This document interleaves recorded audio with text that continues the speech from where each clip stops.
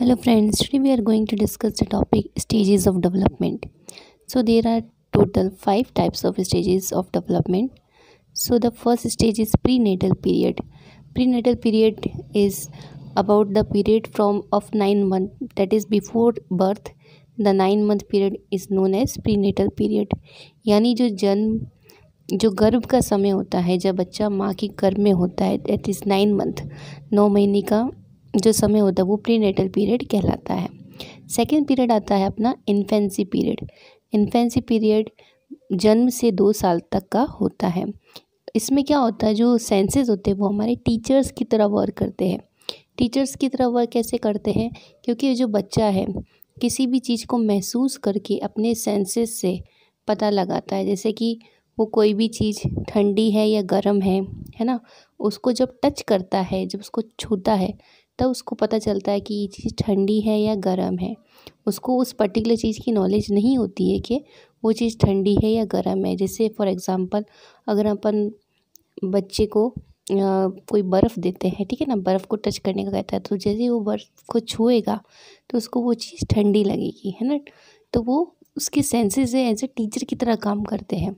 तो next time भी उसको पता होगा कि ये चीज़ कैसी होती है, ठंडी होती है। जब भी अपन उसको बर्फ़ को पास में लेके जाएंगे उसके, या फिर उसको टच करवाएंगे, है ना। The next period is early childhood period. Early childhood period होता है 2 से 6 ईयर्स का होता है। 2 से 6 साल की उम्र में जो बच्चा है वो प्री स्कूल एज भी इसको बोलते हैं, क्योंकि 2 से 6 साल की उम्र के अंदर बच्चे को अपन स्कूल में एडमिशन करवा देते हैं, इसलिए इसको प्री स्कूल एज भी कहते हैं। Then next is later childhood. Later childhood का समय होता है 7 to 11 ईयर्स। 7 to 11 ईयर्स का होता है, और इसको अपन गैंग एज भी बोलते हैं। गैंग एज इसलिए बोलते हैं क्योंकि इस एज में क्या होता है, बच्चा छोटे छोटे ग्रुप्स बना लेता है अपने फ्रेंड सर्कल्स में। जैसे स्कूल्स के अंदर वो पीयर्स के साथ में अपने दूसरे जो कल स्टूडेंट्स होते हैं उनके साथ में ग्रुप बना लेता है एज ए गैंग की तरह, है ना। इसलिए इस एज को अपन गैंग एज भी कहते हैं। The next stage is adolescence period. Adolescence period जो होता है वो 12 to 19 ईयर्स का होता है। ये इसको अपन आइडेंटिटी क्राइसिस बोलते हैं। ये सबसे डिफ़िकल्ट स्टेज होती है बच्चे के डेवलपमेंट के लिए। इस स्टेज के अंदर बच्चे का खास तौर पे ध्यान रखना पड़ता है। अब अपन इस स्टेजेस को 1 by 1 डिटेल में पढ़ेंगे। Okay, so in the first stage that is infancy stage. ये मैंने आपको पहले ही बताया, बर्थ से 2 ईयर्स की जो स्टेज होती है वो अपनी होती है इन्फेंस स्टेज होती है। इस स्टेज में क्या होता है, development of the language start, ठीक है ना। जो डेवलपमेंट होता है लैंग्वेज का वो स्टार्ट हो जाता है इन्फेंस स्टेज के अंदर, ठीक है। इसमें क्या है, बच्चा जो है क्रॉल और वॉक करता है, मतलब यानी या तो चलने लग जाता है या फिर वो क्रॉल करता है, ठीक है ना, फ्लोर के ऊपर क्रॉल करता है। इस स्टेज में क्या होता है, मैक्सिमम ग्रोथ होती है बच्चे की। तो एग्ज़ाम में कई बार ऐसा क्वेश्चन आ जाता है कि कौन सी स्टेज के अंदर बच्चा है मैक्सिमम ग्रोथ करता है, तो उसका आंसर क्या होगा, इन्फेंसी स्टेज के अंदर बच्चा मैक्सिमम ग्रोथ करता है, ठीक है। अर्ली चाइल्डहुड और इन्फेंसी स्टेज के अंदर, दोनों ही स्टेज के अंदर बच्चा मैक्सिमम ग्रोथ करता है। Second stage is early childhood. Early childhood 2 से 6 ईयर्स की होती है। इसमें जो होता है उसको अपन टॉय एज भी बोलते हैं, क्योंकि बच्चा जो है वो अक्सर टॉयज़ के साथ में खेलता है, प्लेइंग विद द टॉयज़। और इसको अपन प्री स्कूल या प्ले स्कूल भी बोलते हैं, कि जब 2 साल का होता है तो आजकल आपको लोगों को पता है कि बच्चे को हम जो पहले स्टार्टिंग से नर्सरी वगैरह क्लासेस नहीं होती है, पहले उसकी जो होती है प्ले ग्रुप की क्लासेस होती है, जिसके अंदर बच्चे को टॉयज़ देते हैं और बच्चा वो खेलता है। इसलिए इस एज को अपन प्ले स्कूल टॉय एज भी बोलते हैं, और ठीक है, प्री स्कूल और प्ले स्कूल भी कहते हैं। इसमें क्या होता है, बच्चे सेल्फ सेंट्रिक और ईगो सेंट्रिक होता है, तो खुद के ऊपर ध्यान केंद्रित रखता है, ठीक है। देन इस पीरियड के अंदर क्या होता है, ये सेंसिटिव लैंग्वेज डेवलपमेंट का पीरियड होता है। इसका मतलब ये होता है कि बच्चे को हम जो भी वर्ड सिखाते हैं तो हमें सोच समझ के उनके सामने बोलना चाहिए, कोई अब्यूजिंग वर्ड्स हमें यूज़ नहीं करने चाहिए। इसलिए इसको अपन sensitive period of language development कहते हैं। अगर क्या कहते हैं, बच्चा जो सुनता है, जो देखता है, जो सुनता है, हमसे जो वर्ड सीखता है वही वो अपने वोकैब में ऐड करता है, उसी को वो समझता है। इसलिए ये सेंसिटिव पीरियड होता है लैंग्वेज डेवलपमेंट का। ठीक है। नेक्स्ट है लेटर चाइल्डहुड। लेटर चाइल्डहुड का टाइमिंग होता है 7 to 11 ईयर्स का होता है, ठीक है ना। इसमें क्या है, a child joins traditional system of education, so that is why it is known as elementary school age. इसमें जैसे बच्चा जो होता है, जो ट्रेडिशनल सिस्टम होता है स्कूल का, वो इसलिए इसको एलिमेंट्री स्कूल एज, जैसे बच्चा स्कूल में जाता है, होमवर्क देते हैं, पढ़ाई करता है, ये जो अक्सर ट्रेडिशन से देखा जा रहा है, ठीक है, जनरेशन आफ्टर जनरेशन, इसलिए इसको एलिमेंट्री स्कूल एज भी कहते हैं। और इसी एज को हम ट्रबलसम स्टेज भी कहते हैं। बच्चा जो है कई बार कोई भी छोटी सी भी प्रॉब्लम आ जाती है तो वो बहुत ज़्यादा परेशान हो जाता है, ठीक है ना, इसलिए इसको ट्रबलसम एज भी कहते हैं। और जो बच्चा है वो child want to spend more time with his peers, यानी कि वो अपने पीयर्स यानी उसके जो फ्रेंड सर्कल होता है, जिसके साथ में वो स्कूल में अपने साथ में टाइम बिताता है, उसके साथ में ज़्यादा से ज़्यादा टाइम स्पेंड करना चाहता है 7 to 11 ईयर्स के अंदर।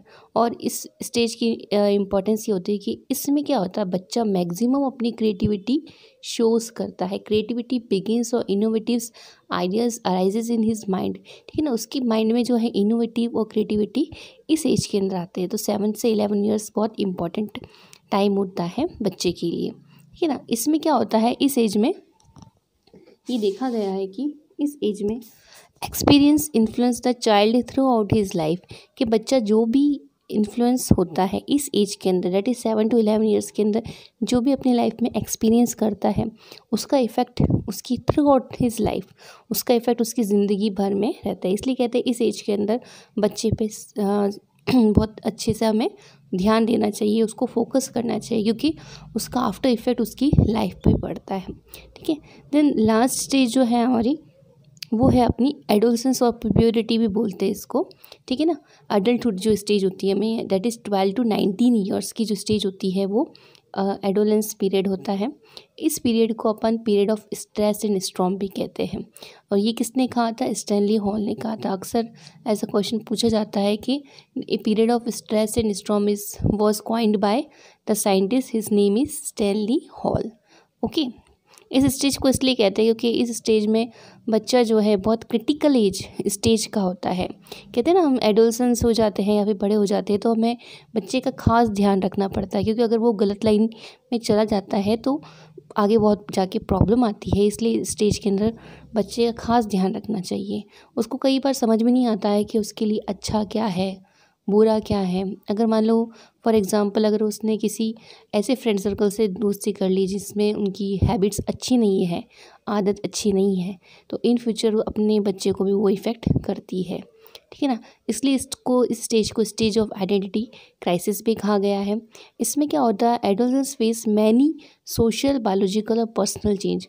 उनके अंदर बहुत ज़्यादा सोशली चेंज आते हैं। मतलब पहले ऐसा होता है कि वो अपनी फैमिली को ज़्यादा टाइम देता है, फैमिली के ज़्यादा टाइम स्पेंड करता है, लेकिन बाद में एकदम से उसको अकेला रहना पसंद होता है। और बायोलॉजिकल चेंजेस भी बहुत सारे आते हैं, मतलब उसकी जो हॉर्मोन्स चेंज आते हैं, उसकी लैंग्वेज में डेवलपमेंट में चेंजेस आते हैं, उसके अंदर पर्सनली बहुत चेंजेस आते हैं, ठीक है। इस स्टेज को अपन ट्रांजिशनल स्टेज भी बोलते हैं। कि जो पर्सन होता है वो ट्रांजिट होता है from child to an adult, ठीक है, एक चाइल्ड से अडल्ट के अंदर बनता है, ठीक है ना। तो इसलिए ये जो स्टेज होती है वो बहुत ही ज़्यादा इम्पॉर्टेंट होती है। इसमें क्या होता है, जो बच्चा जो होता है फेस एडजस्टमेंट प्रॉब्लम्स, बहुत सारी एडजस्टमेंट प्रॉब्लम उसको होती है यहाँ पर। कई बार जो होता है वो ऐसा देखा जाता है कि वो पेरेंट्स के साथ में या फैमिली के साथ में एडजस्ट नहीं कर सकता है। कई बार उसकी जो थिंकिंग होती है वो अपनी फैमिली मेम्बर से मैच नहीं होती है, लेकिन फिर भी उसको एडजस्ट करना पड़ता है। इसलिए इस स्टेज के अंदर उसको बहुत सारी एडजस्टमेंट प्रॉब्लम्स होती है। एग्रेसिवनेस मतलब बहुत ज़्यादा गुस्सा आना। अगर मान लो उसकी कोई बात हमने नहीं मानी है, ठीक है ना, और वो बहुत ज़्यादा किसी बात में अगर उसने जिद ठान ली कि नहीं उसको कुछ परचेज़ करना है, जैसे फॉर एग्जांपल एक बाईसाइकिल लेनी है तो उसको लेनी ही है, ठीक है ना, तो अगर अब उसकी विश ये पूरी नहीं होती तो वो एग्रेसिव हो जाता है। तो इसलिए इस स्टेज को अपन ने a period of stress and storm कहा गया है। बच्चा सबसे ज़्यादा उसको गुस्सा आता है, और ये पेरेंट्स के लिए बहुत इंपॉर्टेंट है कि इस स्टेज में अपने बच्चे का खास तौर पे ध्यान रखें, क्योंकि बच्चा एग्रेसिव हो जाता है और कई बार इस एग्रेसिवनेस में वो गलत कदम भी उठा लेता है। इसलिए उसका खास खास तौर पे ध्यान रखना चाहिए। ठीक है, thoughts become abstract and logical. इस स्टेज के अंदर हमारे जो थॉट्स होते हैं वो कैसे होते हैं, लॉजिकल होते हैं या फिर एब्स्ट्रैक्ट कह सकते हैं। ठीक है, तो ये स्टेज बहुत इंपॉर्टेंट होती है, that is for the development of a child. So ये हमारे सारे स्टेजेस ऑफ डेवलपमेंट का हमारा ये टॉपिक कंप्लीट हो गया है। अगर आपको ये वीडियो अच्छा लगे तो please do like, share and subscribe my channel. Thank you so much.